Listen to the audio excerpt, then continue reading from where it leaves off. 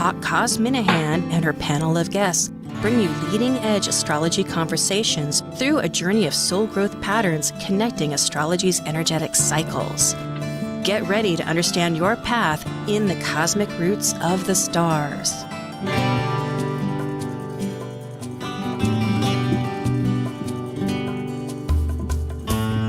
Hello, I'm Sue Rose Minahan, and this is July 11, 2021 for Talk Cosmos, an astrological commentary. And we have 3 panels, and tonight we're going to have the Planet Buzz panel.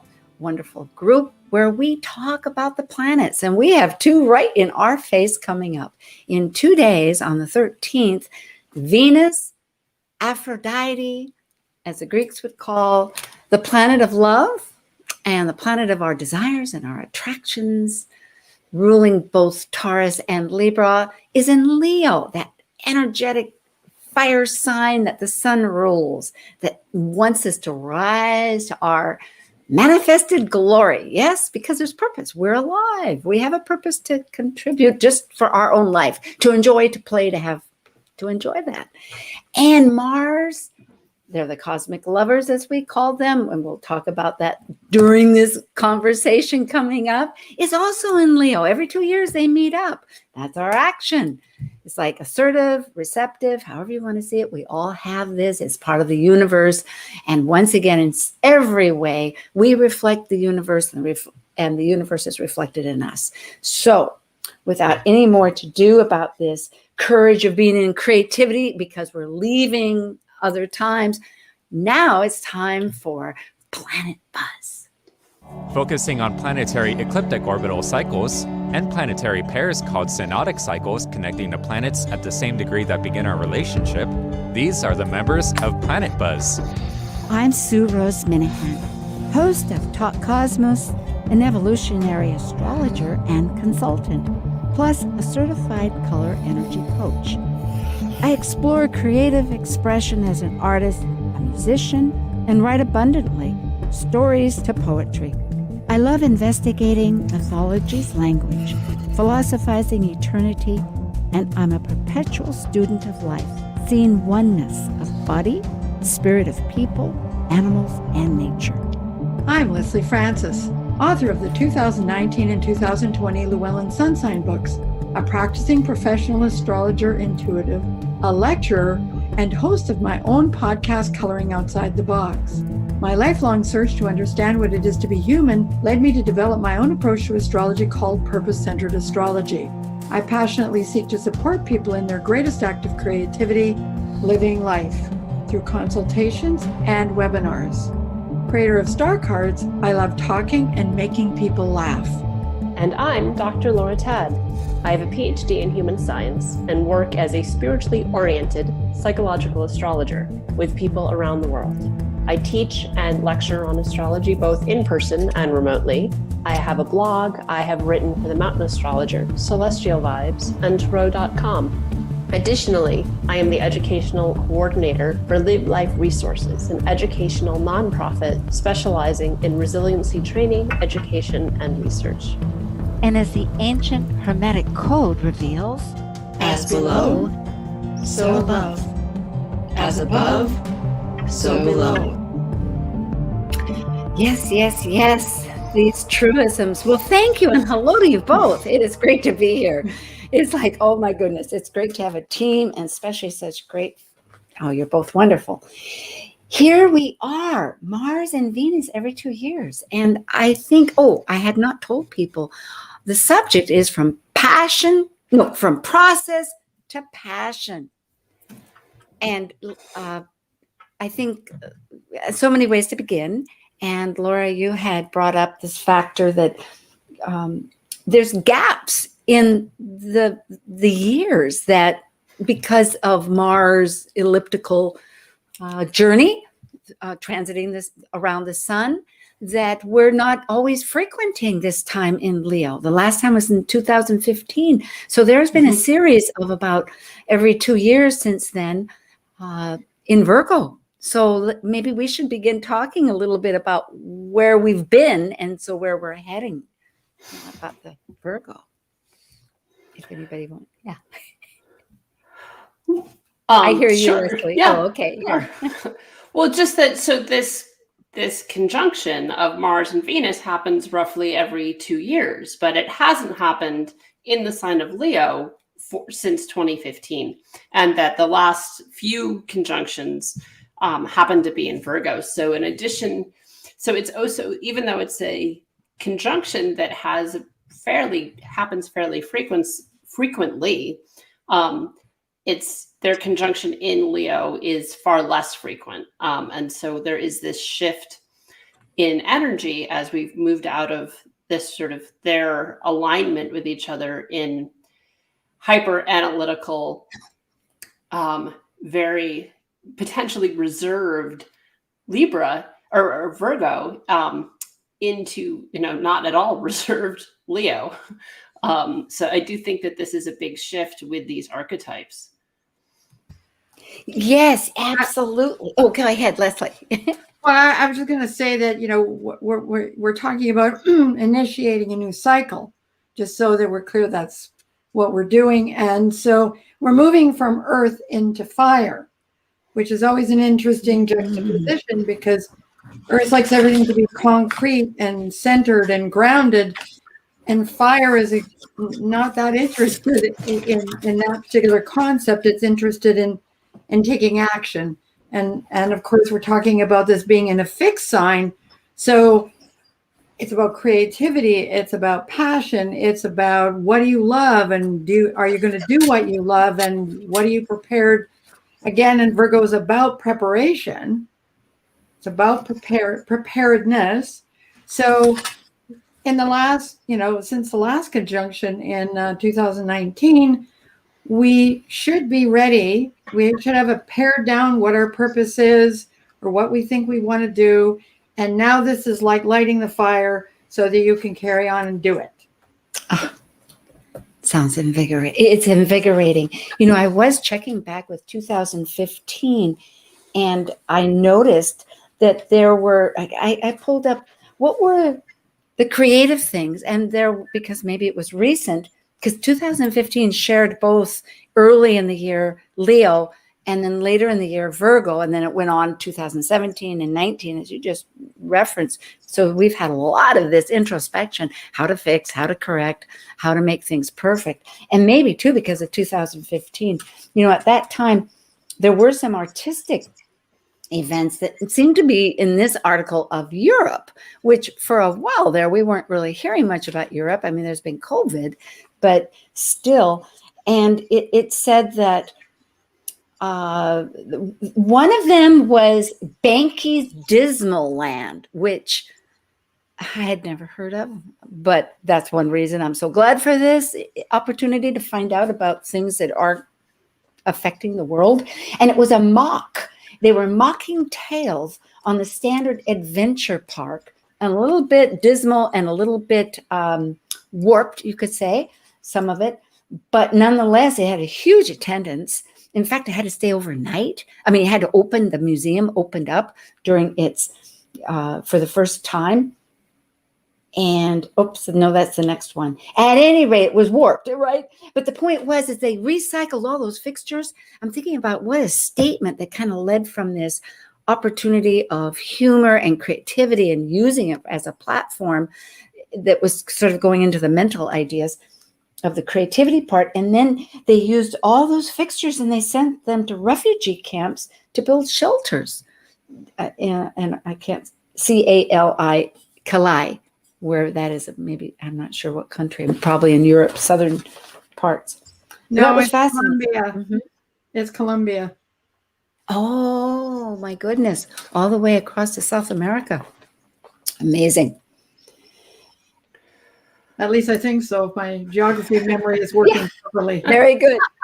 Yeah. And about that one, just quickly about the museum, it was called Savage Beauty. Alexander McQueen, he was an innovator designer, 21 weeks at this museum. It had almost 500,000 people. And that's when they stayed overnight. For the first time, the museum stayed overnight. So so maybe this is the last one that really is emphasis about how we're shifting to now, because there was a French person, Chris Patillon, Petillons. Maybe somebody knows French here better than I.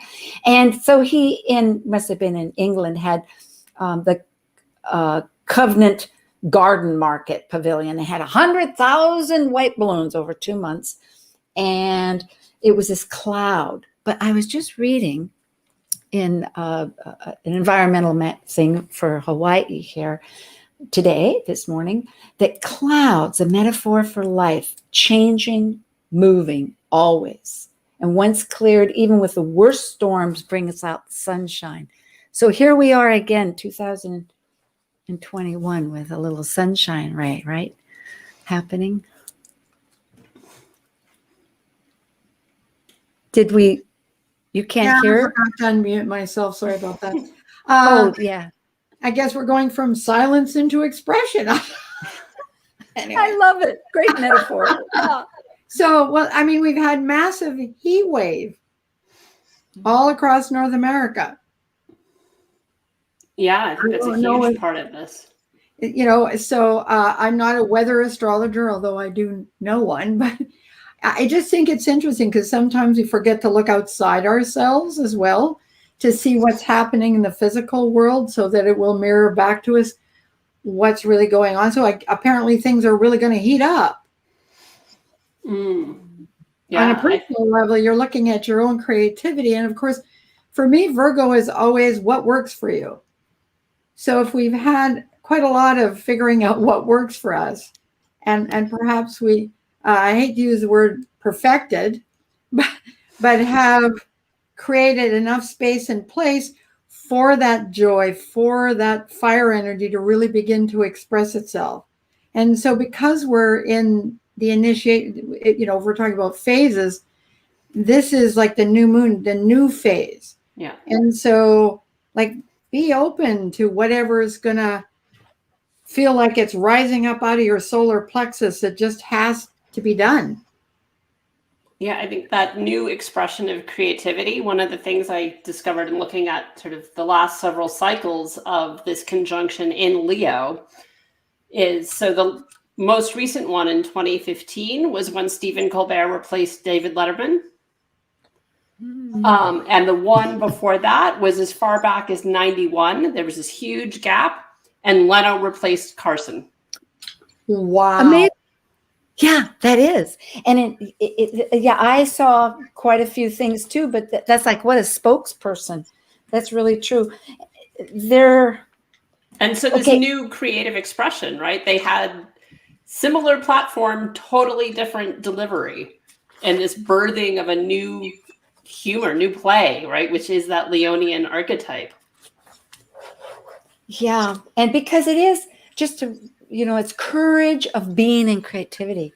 And the other one was, I think, Lesley, you had put courage of healing process. So if we think of it in those terms too, we've done some healing, maybe because of some pretty drastic things. I know in China. Well, go ahead. Well, there is such a thing as art therapy.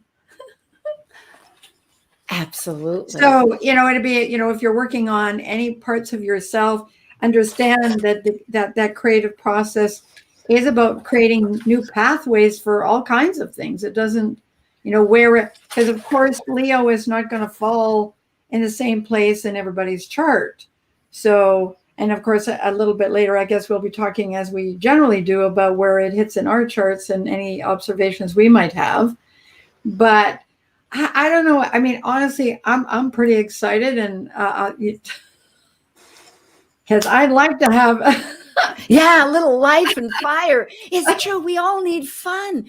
It's a no-brainer to realize that coming out of the last year and a half has dampened any sense of spontaneity, which has a lot to do about fun. It's like you have fun and then you think about it later, whether it was good or bad fun or whatever, but you thought you were enjoying it at the time. And here it's a little bit of okay, how are we going to plan this? And that's an antithesis almost, it seems. But the creative process is so important for our just life force. Yeah. Yeah. Well, and it's what I mean, these cosmic lovers, right? It's like what gives birth to things too. That's part of that new phase, right? Is what creatively is birthing at this moment that will then develop over these next 18, 20 months till the next conjunction. And so it lives beyond that day, right? The exact conjunction, this creative life force that we're all, and depending on how it aspects our individual charts, will have a greater or lesser personal impact. But that is this sort of birthing of creative life force. And you get to, that because it's Leo, we get to have fun with it. We don't have to be second guessing like we did with Virgo. Yeah. I love this. Yeah, because I do have dreams. I have ideas that I want to create. And there's times when I sit back and after the fire gets burnt, and I go on to something, I go back and I think, oh gosh, now what was that great idea? But now it's like, it's not just today. It's going to be for a distance of time. And we also have Jupiter in Pisces of expansion, in bringing in that filter of spiritual energies, we might say, which helps too. Going back to this union between Aphrodite, Venus, and Mars, Eris, that I think you pointed out, Laura, was not they were a paired group, but there wasn't a marriage involved. In fact, she was married to Vulcan, how do you say that word? Hephaestus. Hephaestus, yes, thank you. I'm not the expert. Laura's the expert. No, but yeah, and my language and my words, pardon me, I don't know where I came from, but it's not always there as far as language goes. So not in this earth. So yeah, but really, there's a lot in that myth because there's passion. The passion of just the natural energies connecting for the joy of being. And their children are that, right? Their child is Mars and Venus, or Aphrodite and Eris, right? They gave birth to Eros, erotic love. Their child is erotic love. Yes, or one of them, right? Yeah. And Harmonia is one of their other children, right? So they not only are they passionate for each other, but they birth that into the world as well. They manifest that in a concrete way, and that they weren't married, which is part of, from my understanding of part of the mythology, that's how they explained the fact that these planets were not closer together more frequently. Right? Is that there is this gap because they're not together all the time. They're not partnered going around at the same speed. Yeah, the Earth is between them. That's right. Mars takes twice as long to go around the zodiac as Venus. And so that's part of the mythology helps explain that difference in their rotation. And so that's part of, and then it's explained, because they come together and then they're apart, and they come together and then they're apart. Well, and that brings up an interesting point because, of course, Venus is going to move ahead of Mars. Mm-hmm. And again, it's, what attracts you, what floats your boat in a sense. And then Mars will come up behind and there will be the option to take action on the things that you are beginning to identify as valuable to you, because of course we know Venus is very much connected to values. Yes, and then I'm reminding about their rulers. If we look at dispository, looking at the astrology of it, that Virgo, of course, is ruled by Mercury, and then Leo is ruled by the sun, but yet Mercury and the sun are the closest. Mercury is the messenger of the sun, yet it has a different pathway. It's more, it's intellectual. It's even though it rules Virgo and Well, Virgo's and Earth signs. Thank you. They're both mutable. That's, I guess, what I was thinking. But the fact is that we can just be that whole, what the sun represents, our ego, our fulfillment of the embodiment of self, rather than thinking through the pathways, trying to translate something, right? Well, if you want to get really technical, and apparently I do, when the conjunction takes place, the sun is in Cancer and the moon is in Virgo. So there's a reminder that we must, in other words, whatever comes has to come from within, the moon in Cancer. And it has to find a way to be, the sun in Cancer, and it has to be expressed in a practical way, moon in Virgo. Like if we wanted to dissect the whole chart, which apparently I started to do. I'm glad for it, because this is a seed. Even though we have those 2 years, it all bursts just like a tree from this moment. So it's very important to realize that it isn't just that. What makes that manifestation? It is, just as you well expressed. Well, and, it really speaks to the theme of this week, which is from process to passion, because the Virgo energy is still part of the landscape with the moon in Virgo. Yeah. So,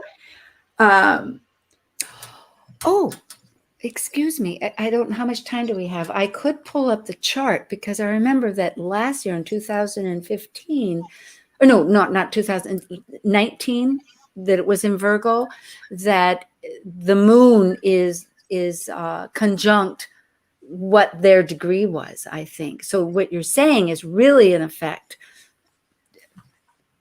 Yes. You're right. I just looked at the chart. Yeah. And I'll try to, anyway, go ahead, Laura or Lesley, as I fiddle. As well, I think that's right. I'm fiddling. Give me that. I just play fiddle. Tethering back, right? So this Mars-Venus conjunction going after what we want, that with the moon being in Virgo, it's a reminder. But what you want and what you were working on over these last 2 years. It's not a wholly new thing that we're going after. It's something we've been working toward already, right? I think that with the moon being in Virgo, it's sort of, oh, right, remember that thing that you wanted before? Here's a time to take new action around it. And that gestating period in some ways of the Virgo, now shifting into more proactive behavior. Or you've refined, worked on some personal development and got rid of any thing that might be getting in your way in terms of you accomplishing whatever it is you want to. But yeah, kind of the same thing, just I said it differently. And I can tell we're heading toward this, because we've made more jokes and we've laughed more in the first half hour of this show. That's a very astute. Yes, go ahead. I know we're feeling the energy and we're expressing the energy. I think that's fantastic. Yeah.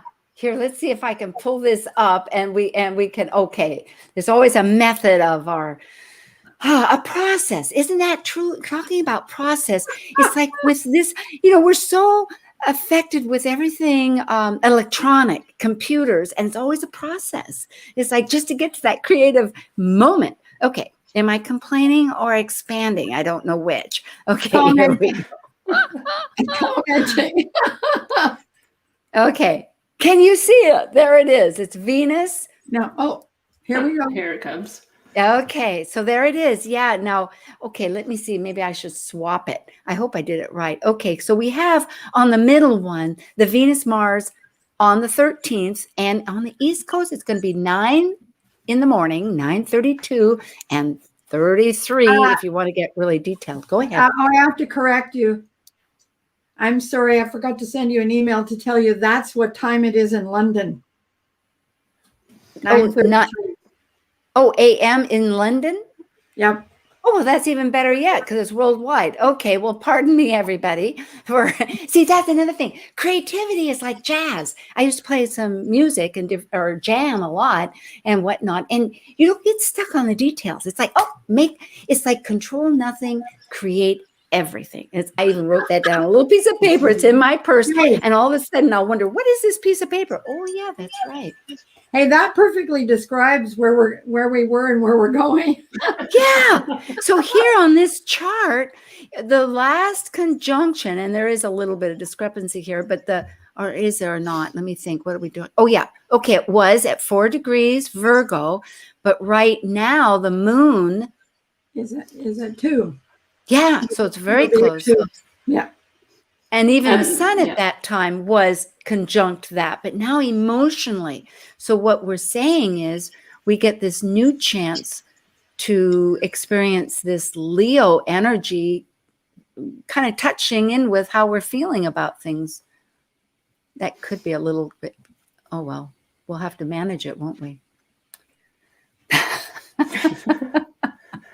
Okay, I'll stop sharing there. Yeah, I just think it, again, just what Lesley had, when she was bringing it up before, of just it shows that things bleed through from the past, right? We're not done just because that alignment completed.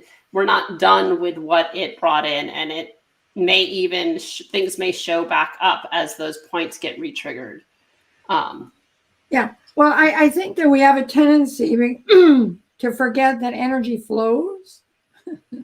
and when, so for instance, if you're talking about your personal chart and something gets initiated in your chart, well, of course, it depends on a lot of different factors, but we do need to realize that, we can't put what we're doing in boxes.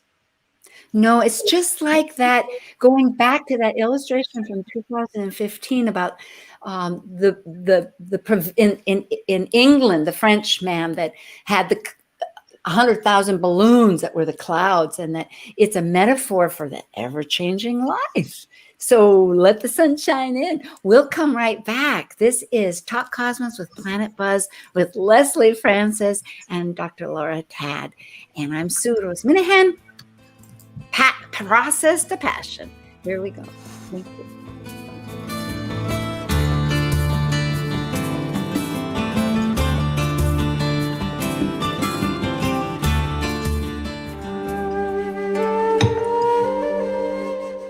While we take a break from this week's edition of Talk Cosmos, let's take a look at this cycle's archetype.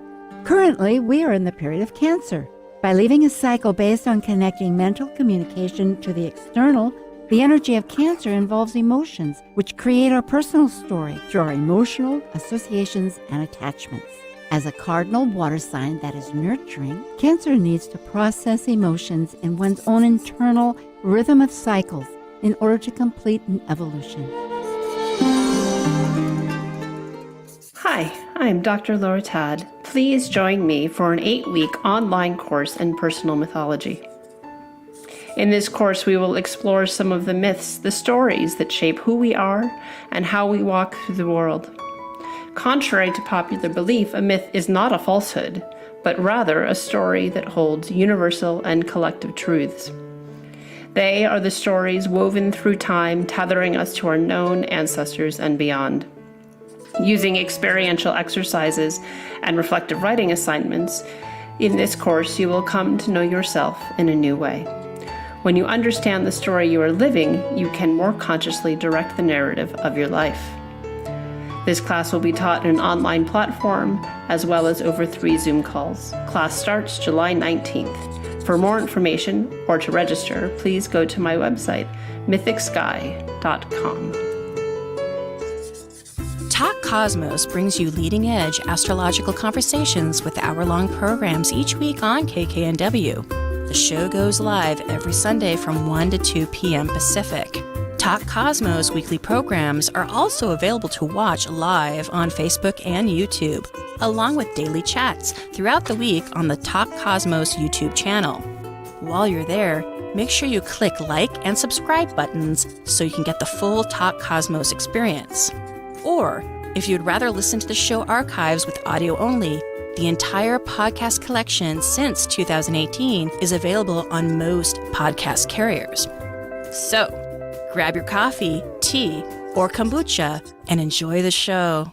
Hi, this is Dan Kusel, Jungian psychotherapist and astrologer, and you're listening to Talk Cosmos on Alternative Talk 1150 AM, where we explore the connections between the movements of the planets and the evolution of consciousness.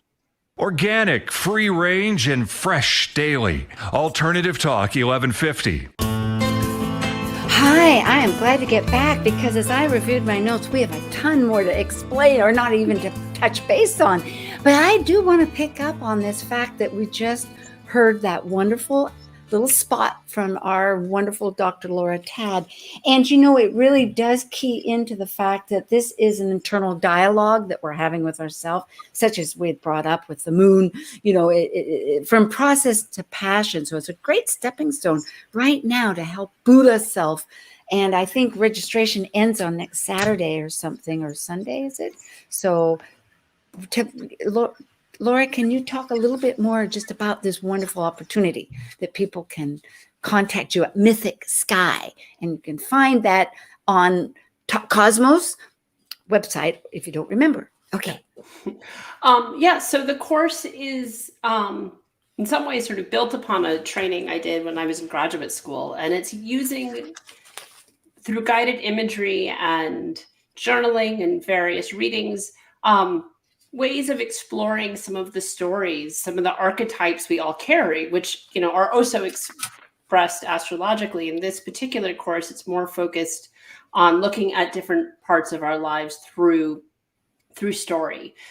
So there'll be some weeks where we explore our inner child, our relationship with power and authority. What's our story? What stories do we carry around health and wellness, or lack of health and lack of wellness? And how does that inform how we walk in the world? And then through unpacking and understanding the stories that you carry, then you can work at rewriting those stories that are what's called maladaptive myths, right? The stories that aren't healthy, and changing the narrative so that you can change your relationship with that archetype. So that'll happen in that course, and it's done through an online platform as well as in the Zoom calls that we'll have a couple times throughout the 8 weeks. And class starts on the 19th of July. Beautiful. Because I'm thinking that internal dialogue. I know that you had said that your uncle had written for Sesame Street and did Everybody Has a Happy Place. And isn't that the truth? It's like, where is that happy place? I'm almost contemplating doing it myself. I know both of you give wonderful workshops. I've had some of Lesley's and they're invaluable. And in fact, I am thinking in my dream of contemplation that I keep going back to once in a while is having a retreat with both of you. So that'll be next year. And something to initiate with Mars Venus conjunct in Leo. That's right. And I would love to do it for next April, because I think right then is a really pivotal time, meaning I better get busy on some of these processes. And you know, part of this brings up a point. And I know we're going to talk about our personal things, but I thought maybe this is a good segue quick to mention about the mythology with Vulcan, or Hephaestus. Hephaestus. Hephaestus. Three different pronunciations. I know, it's like the visual to the tongue doesn't get there. So I'm so sorry, Mr. Vulcan. At any rate, the point is that he was rejected as a child because he was deformed. He got thrown out because his mom and dad were the great pair up there, the married pair, and it was Zeus, Jupiter, and Juno, who was married. And they didn't have such a great relationship in the long run, but they had this kid. And he was, to land, he was thrown out of the heavens and got deformed. And the mother went, hate you, and rejected him. I mean, that's pretty primal. And so he was not happy, and he got back at her little arrogant ways and made a throne because she was so queenie, ruling. And she couldn't get out of it. And so to get out of it, they bargained. And she said, I'll give you what you want. Well, he wanted Venus, the most beautiful. So that was a very old way of getting what you want, right? I mean, it was through bequeathing instead of choosing. It was like kind of the fates instead of Uranus, just I'm individual and I'm going to get what I want. And so this whole, I mean, if I'm jumping a little bit, but I'm just trying to really take it in a snapshot. I hope it's translating. So back to Venus and Mars, that's that whole thing where it's instinctual. And what was it? Oh, that it's like the choice. I think that's it. So going back to your wonderful course here, Laura, it's going to be finding out what is it that we've accepted unconsciously in our story that was maybe the conditioning, maybe gosh knows where, how, but yet we want to reframe. We want to reframe that story and dig down into it. So that time and integration and guidance is so valuable. So because another point is that it goes from the duty versus desire is kind of what one of the key points. So I've made some of my little points, unless somebody else has a point. Well, just to continue with the story, right? So Venus, Aphrodite, is forced, if you want, for lack of a better word, to marry Vulcan Hephaestus. And yet she continues her love affair with Ares, with Mars. And they're discovered, but Vulcan discovers them. And being the god of metalwork that he was, he fashions this mesh net to capture them that is both incredibly heavy but transparent. And then they're trapped, and their deceit and deception of him is revealed to all the other gods.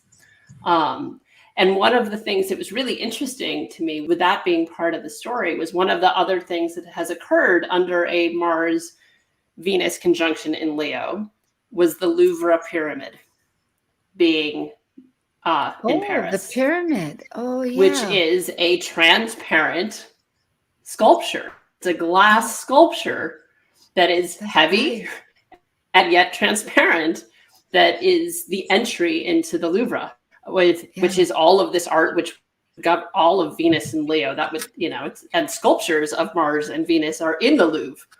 And so, I don't know, it just seemed like a really fascinating, exactly. Can't make this stuff up. No, that's so true. Well, I think going back to some of the history points, this is great. Let's talk about that point that Lesley, you had reminded us of, that we've been doing since. Oh, and we are missing Tara. We must acknowledge that. And I put that on our post because on KKNW, we air through KKNW, although I'm a Talk Cosmos YouTube channel. Please subscribe. And it's still a podcast, always on all of your podcasts. Our podcast one partners through KKNW. But her obligations required that she keep her energies in other areas right now. So we're missing her, but we're forging on and doing fine. But as she had helped us figure out, let's do something personal. So this is in memory and honor and all that with Tara. So we're continuing this. So each one of us have it in our house where it's ruled in Leo and it was in Virgo. Does somebody want to begin? Other than me? I vote for Laura. No.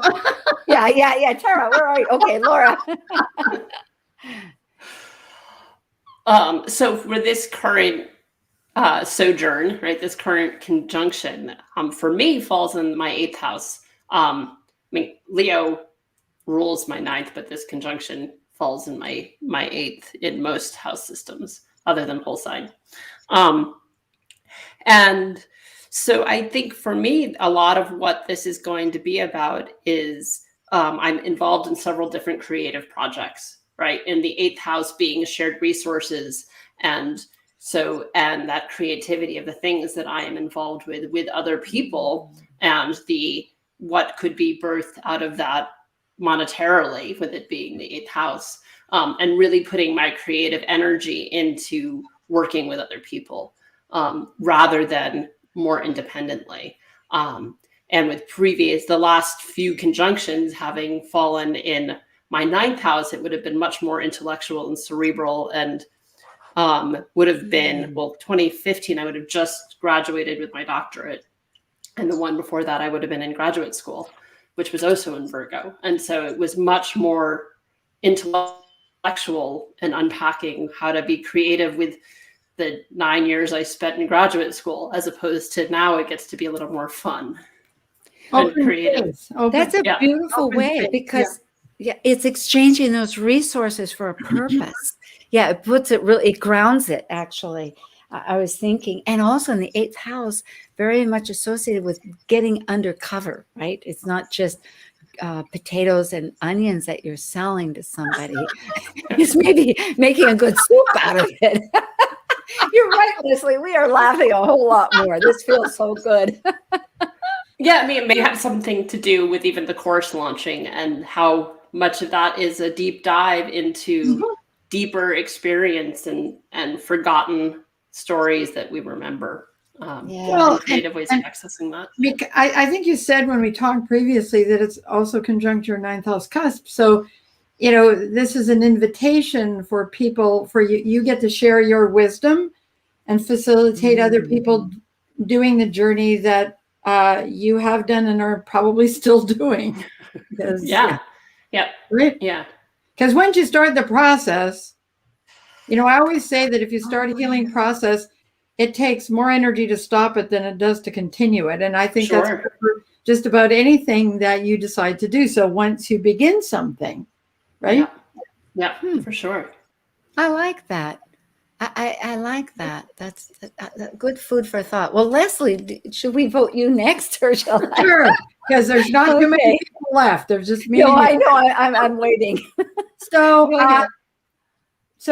this conjunction occurs conjunct my ascendant and my natal Pluto, and I have a stellium in Aquarius, so it's going to be significant. And so it's interesting because I started a podcast last year, and Coloring outside of the box. I'll tell people, yes. And so what I think this is going to do is re-energize that for me, but also, okay. So because the last conjunction was in Virgo, and of course that's my second house where my happy Saturn resides.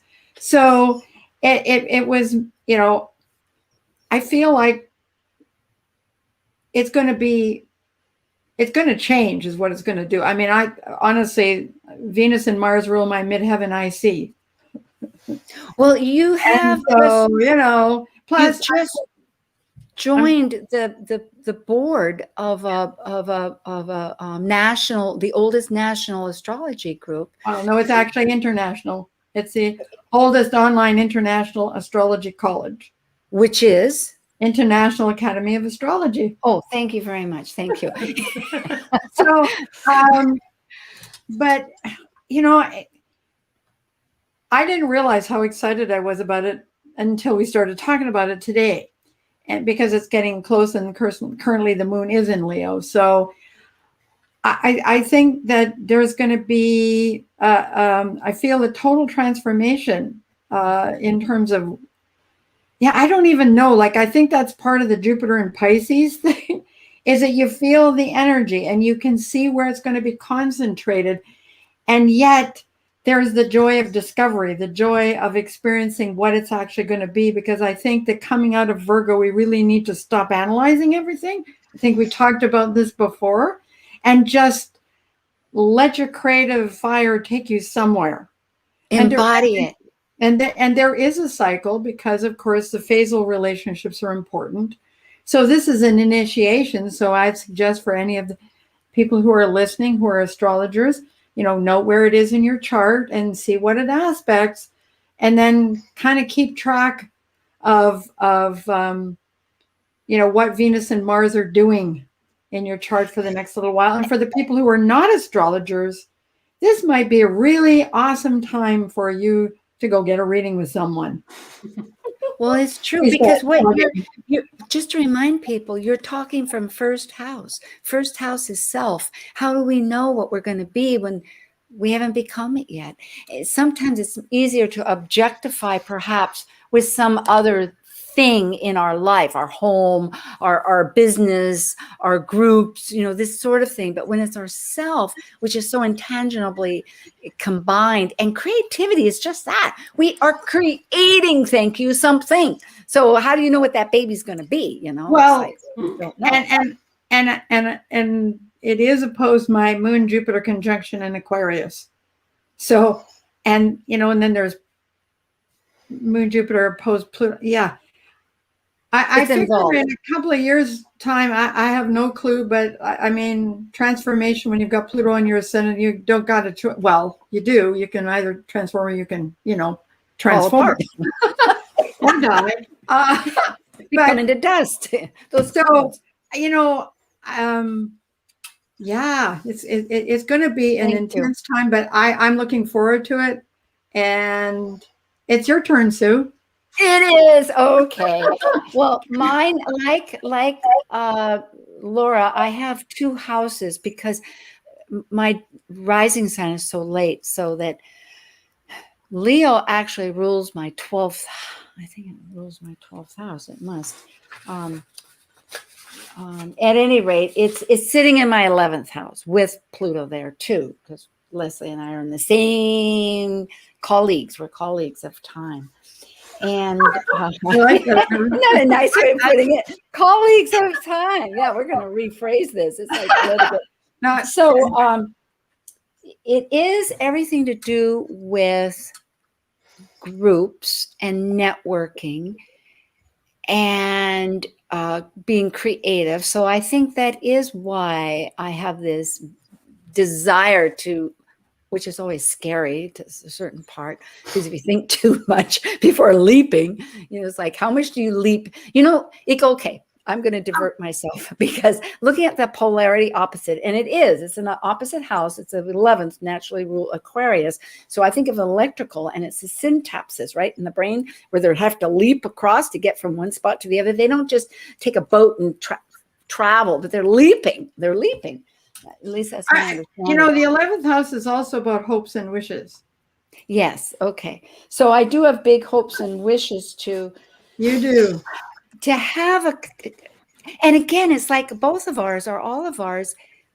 Well, maybe not like Laura, who's a little more concrete with this, having formed some classes. Because I did do YouTube, starting with the conjunction between Saturn and Jupiter, which happened to fall right on my Jupiter at 1 degree Aquarius in this yod, which I know is, some people are saying, what? That might be confusing, but it does mean a bit of a juggle and integrating things that aren't naturally common, but are going to have to work together. And so at the highest good.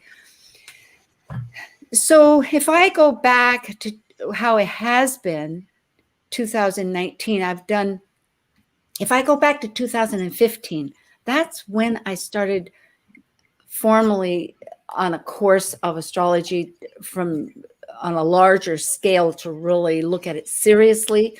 I mean, I had been serious, but it's always a level of how serious am I going to get. You got more focused. Thank you. Pluto's there. You will, despite all that mutable energy. Yeah, and there is Mars in Taurus. It is tricky to explain, except a lot of hope and direction and rebirthing. There's Ceres is in that house also in Leo, and there's healing. There's healing and reclaiming. So I think it has to do a lot about community and a place and working with it. Yeah. Okay. Well, and I think of the 11th house similar to that Uranian and Aquarius archetype that's about authenticity. Mm-hmm. Right? And so with this conjunction being there, what do you really want? What's the authentic desires that you have, and not what others or society, what you think you should want, but what you authentically want? Yeah, I think I might take that class with you. Who do you want to be when you grow up? Well, sometimes I just want to sit and play my violin, to be honest. Okay, well, you can do that too. You know what? Ceres is all about what, can be about what nurtures you. So if that's what nurtures you, then. No, I like to connect. I have to connect. I'm a Gemini. I can't stand it without connecting. I mean, I can connect with the nature and the bees. Yeah, I hear the birds in the water here all the time, but I do love your voices. So I just want to backpedal and because I think that, to give an example of how it manifested in my life in 2015, because it was in my second house, I got an inheritance.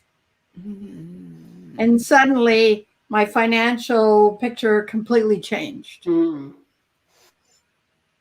So, and there's something I wanted to point out before, and I think that we sometimes forget this. Mars is all connected to risk taking. So, as much, Venus can be about what you love, what you value, but Mars is there to help us take that risk, not just sit and contemplate how nice it would be. Yeah. So I think we will have that retreat. And I'm thinking too, children. Yeah. I'm seeing a note here because children, it is Leo. And I know a lot of people have children. I know, Laura, we don't have a few minutes. Next week, by the way, will be Cosmic Collaboration, our other panel. So do tune in and do subscribe. And I'm with Lesley Francis of Edmonton, Canada, and Laura Tad, Dr. Laura Tad of Chattahoochee Hills in Georgia. And we're talking about process to passion. But children, you were mentioning, Laura, that a lot of people are wondering, how can I fulfill what I really need and want and be still justly connected to my kids? I mean, that I'm rephrasing that. And I was bringing, in other words, how can I be true to myself and yet fulfill my responsibilities? Maybe that's another way of putting it. Are you living my life? Are you talking about my life? Yeah. And so, but it has been. Yeah. When you realize that your children don't actually see who you are. Well, there is this breaking separation of autonomy, right? Of who you've been, this relationships to refocus inside.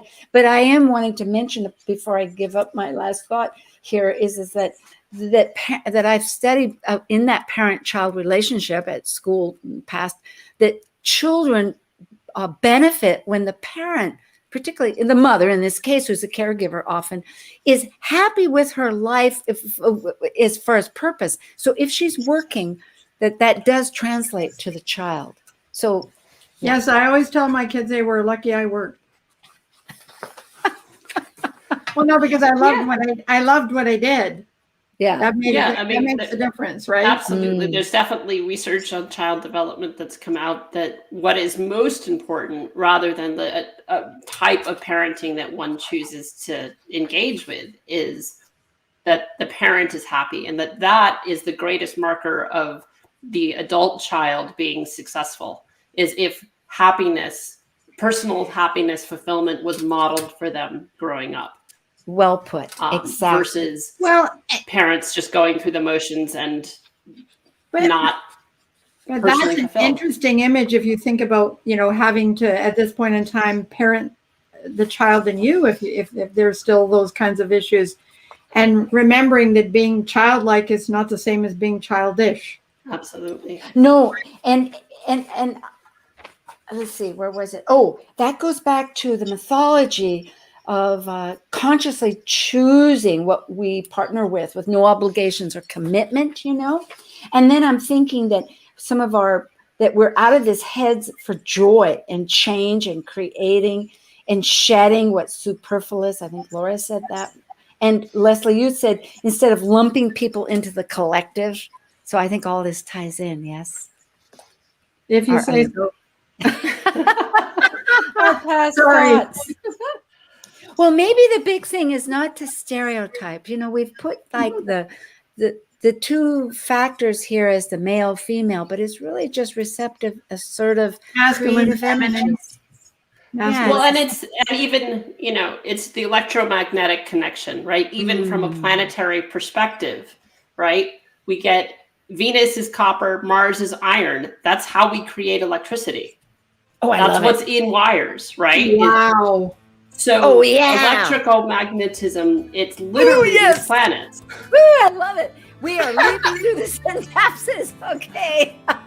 Oh, this has been one of our best yet. Well, thank you so much, Laura and Lesley, for being part of Planet Buzz. And thank you to our beautiful audience. We have a couple moments here. We can each say something. Yes. hell? No. Onward to live. Well, we'll see you both in August, and blessings with love to all our wonderful audience. Thanks. Bye. Okay. And sign up for Laura's class, remember. Thank you for joining us on Talk Cosmos, the show where Sue Rose Minahan and her panel of guests connect soul growth patterns with the energetic cycles of astrology. Be sure to tune in next Sunday at 1 p.m. Pacific Time to continue your journey through the roots of the cosmic pathway.